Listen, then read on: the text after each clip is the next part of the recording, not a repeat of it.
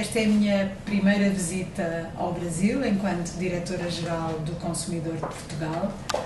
Vim aqui a convite da Secretária Nacional de Defesa do Consumidor, da Doutora Juliana Pereira da Silva, depois de termos tido um primeiro contacto muito simpático, ainda quando estava à frente do DPDC, porque nos visitou em maio deste ano de 2012 para conhecer um pouco a experiência da defesa do consumidor de Portugal, e nessa altura assinámos um protocolo de cooperação para justamente trocar impressões sobre as melhores práticas, conhecer o tratamento das reclamações dos consumidores, conhecer o relacionamento com os vários agentes, não só do Sistema Nacional de Defesa do Consumidor, como com outros órgãos públicos, como com outras entidades públicas do país. Claro que para nós, Portugal é um país bastante pequeno ao pé do Brasil, nós temos 10 milhões de habitantes, enfim, aqui eu ouço dizer que são 200 milhões de consumidores, é um país, enfim, em crescimento, um país em desenvolvimento, portanto, que tem uma série de novidades, mas ao mesmo tempo verificam-se aqui os mesmos problemas, as mesmas dificuldades que em quaisquer outras sociedades ou países que tenham um nível de desenvolvimento económico mais estabilizado. Porquê é que para mim foi tão interessante vir aqui? Bem, para já, porque fui convidada para vir falar da experiência de Portugal e da União Europeia, quer em matéria de consumidor, quer em matéria de concorrência, naquela que é, segundo creio, a primeira oficina temática da Escola Nacional de Defesa do Consumidor. E essa é uma experiência muito interessante para mim também, a título pessoal, porque trabalhei muitos anos na área da concorrência e até conhecia bem o registro do CADES e estou na defesa do consumidor há menos tempo, portanto é uma oportunidade única. É uma ideia tão interessante que eu quero lançar também em Portugal. Muitas vezes a defesa do consumidor em Portugal não tem talvez trabalhado tanto como devia com os colegas da defesa da concorrência. E depois pedi à doutora Juliana e à sua equipa que me arranjassem um programa que num espaço de tempo mais ou menos curto, e infelizmente que teve que ser só em Brasília, porque eu não tinha muito tempo disponível, me permitisse ter contacto com vários dos agentes, várias das entidades que no Brasil se ocupam na defesa do consumidor. Claro que a nossa relação institucional é com a Secretaria Nacional de Defesa do Consumidor. E devo dizer que foi para mim um grande prazer ter conhecido a doutora Juliana ainda como diretora do DPDC e depois, muito pouco tempo depois, vê-la ascender a uma posição politicamente tão importante.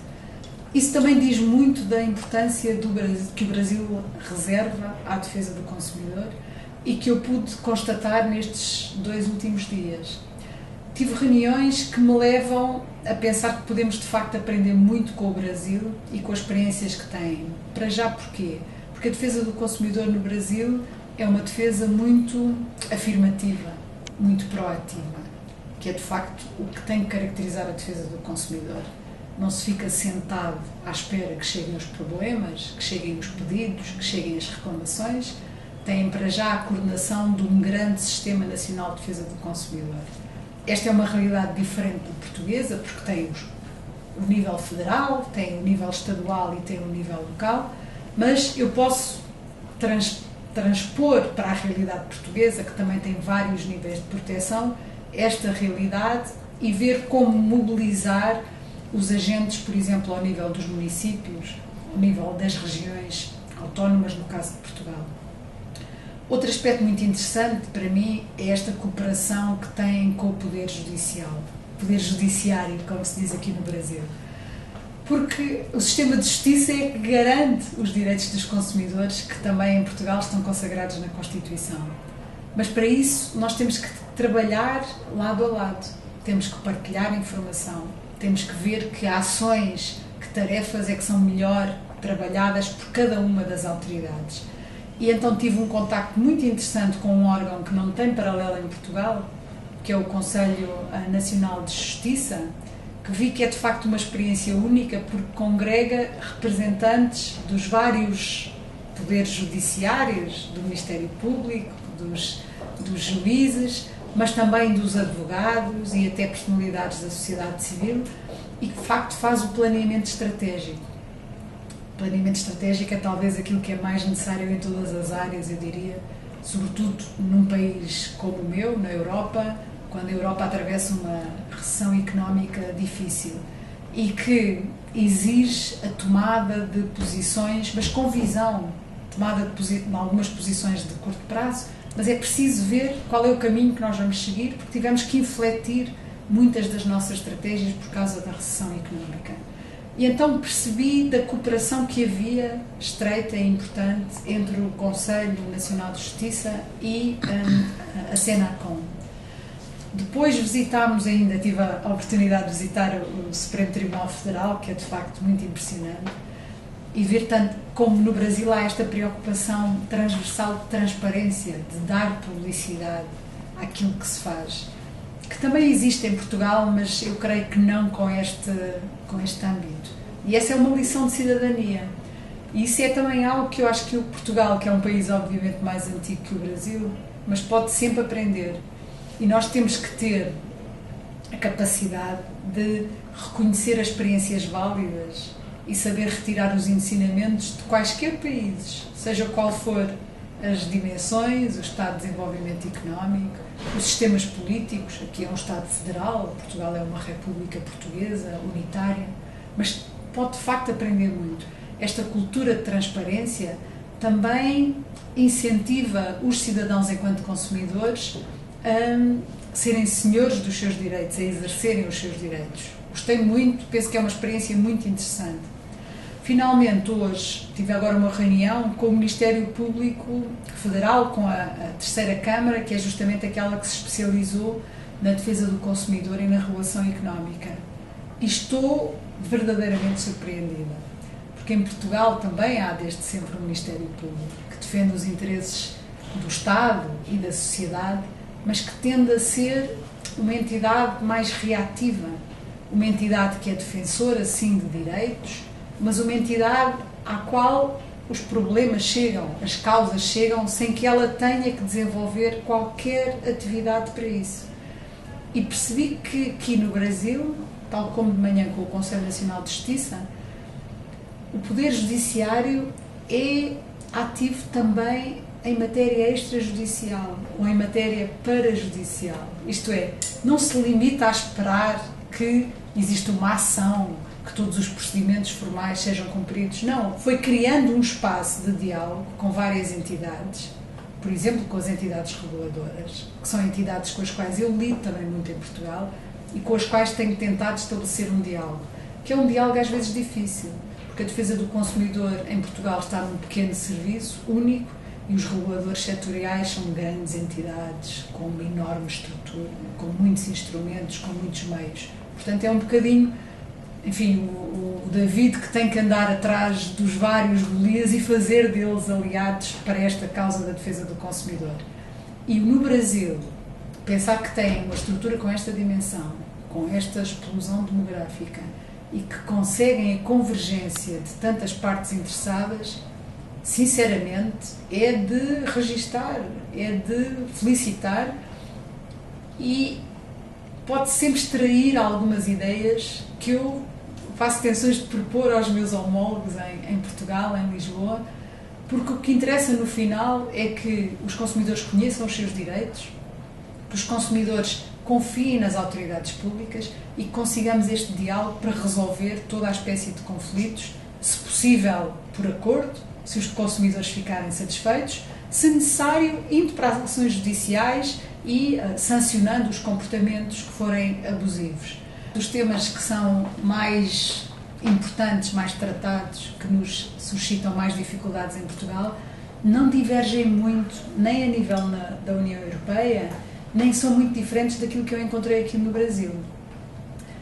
A maior parte dos problemas, ou dos maiores problemas hoje em dia, têm muito a ver com serviços. Porquê? Porque a maior parte das economias em desenvolvimento, claro que o Brasil é também um grande produtor agrícola, mas é a economia terciária, são os serviços que, pela sua complexidade, pelo facto de terem ficado de repente acessíveis a uma franja muito mais ampla da população, começaram a suscitar algumas dificuldades. Muitos desses serviços também envolvem matérias que são complexas tecnicamente. Claro que o primeiro setor, o setor mais reclamado em Portugal, na Europa e julgo que aqui também com muita importância, é o setor das telecomunicações. Para já porque tem muitos serviços novos, não é? Enfim, há 15 anos ninguém pensava que íamos sobreviver, podíamos sobreviver sem um celular, ou a televisão por subscrição, ou até o acesso à internet. A linguagem que as empresas tendem a usar, e devo dizer que tendem a usar em vários países, independentemente do seu grau de desenvolvimento, é sempre uma linguagem muito aliciante para os consumidores, mas que os consumidores não conseguem necessariamente descodificar. Fala-se em tráfego ilimitado da internet, quando não existe nada que seja ilimitado. Enfim, espero que o ar seja ilimitado e a velocidade também. Fala-se em megabytes, em gigabytes, e embora até às vezes crianças, adolescentes dizem não, deves comprar aquele celular porque aqui tem uma capacidade de não sei quantos pixels para tirar fotografias, para mim, que sou uma pessoa instruída, isso não significa sequer muito. Eu não consigo fazer uma escolha comparando entre esses tipos de características. Como é que pessoas que têm às vezes menos instrução, que têm menos acesso à informação, hão de conseguir fazer isso? Os serviços financeiros, sobretudo os serviços bancários, os empréstimos da banca, das sociedades financeiras, os problemas do crédito ao consumo. É evidente que aqui, com o potencial de crescimento, isso é algo que ainda vai crescer. Em Portugal, como agora é que estamos numa situação económica mais complicada, agora é que começamos a ver o lado negro do boom do crédito ao consumo, da facilidade de crédito à habitação, porque agora é que as pessoas estão a sentir essas dificuldades. Portanto, não há grande diferença. Claro, mais uma vez, quando a economia está a correr bem, os próprios bancos, as próprias sociedades financeiras facilitavam muito o crédito a qualquer consumidor.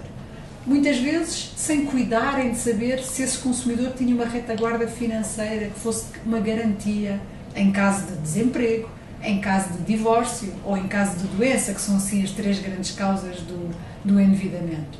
Portanto, não foram só os consumidores que foram irrefletidos ou que se entusiasmaram. Houve muita irresponsabilidade por parte das empresas, dos bancos. Se calhar também houve alguma falta de atenção por parte dos reguladores dessa área, que pensavam que, enfim, numa época de abundância, não é? Ninguém coloca muitas questões. É quando se chega a uma situação de recessão económica que se começa a tentar encontrar as culpas. Portanto, essa é uma questão dos serviços financeiros que é fundamental para o desenvolvimento de um país. E uma das lutas que nós temos agora travado, que sei que também é uma preocupação do Brasil, é a educação financeira. Eu tenho experiências com jovens em Portugal de escolas técnico-profissionais com 17, 18 anos que nem sequer percebem o que é o juro, às vezes. Parece algo completamente básico, mas se eu não percebo o que é o juro, como é que eu posso fazer um empréstimo para comprar um plasma ou para comprar um computador, não é? Portanto, esta também é uma batalha que é contínua, é como a batalha da educação em geral. Isto é, por mais que a sociedade seja desenvolvida, tem sempre que informar, até que educar, para que, por exemplo, as famílias saibam, ensinem alguns dos seus elementos a fazer a gestão do orçamento familiar. Incentivar a poupança. Isto é, se eu ganho 100, eu não vou gastar todos os 100. Dos 100 eu tenho que deixar uma parte de lado para um dia, quando precisar, para uma compra maior que queira fazer. Tem que se incentivar este tipo de espírito, este tipo de análise até nos mais novos, não é? O facto de nós termos direitos também nos dá responsabilidades e também nos obriga a informar-nos sempre sobre aquilo que aparece à nossa volta, não é? Por exemplo, como é que nós incentivamos o consumo sustentável e responsável? Tem que se educar.